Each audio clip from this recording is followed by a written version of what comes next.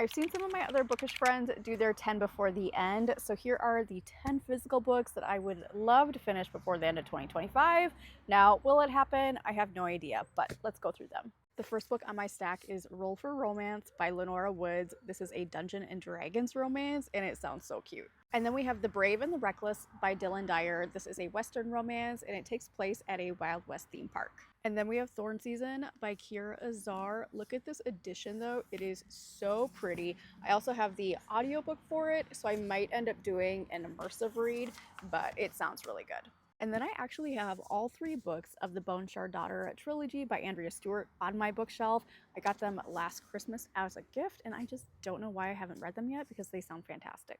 I at least want to read the first book before the end of the year. We have The Night and the Moth by Rachel Gillig. I love this edition so much, and I actually got it when it first came out. I've just been putting it off because there's been too many other books to read, but it's feeling like a December read. I don't know why, but I'll probably read this then.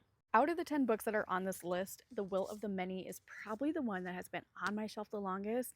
I've just been waiting to start this until it got closer to book two's release date, and I believe that is next month in November, so now's the perfect time to start this one. Summer, I picked up The City of Dusk by Tara Sim, mainly because that cover is so neat, but it also sounds like it is a book right up my alley. It's an epic fantasy with shadow magic, chosen ones, and vengeful gods.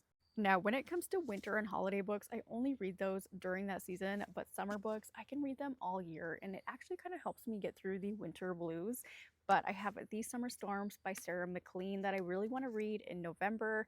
I do have the audiobook for this one, so I'll probably do another immersive read for it, but it sounds really good. Actually, this might be the book that I've had on this list for the longest. This is To Shape a Dragon's Breath, and it's about a young Indigenous woman who enters a colonizer-run dragon academy. So it sounds fantastic. I've just been waiting to read it because book two is coming out in January, and I actually have the NetGalley arc for that one, so I'm definitely going to be reading this next month. Finally, the 10th book that I have on my list is Wrath of the Dragons by Olivia Rose Darling. This is the sequel to Fear the Flames, which I loved. All right, that is my 10 before the end, but I would love to know if any of these books are also on your TBR, or if you've read any of them, let me know your thoughts in the comments.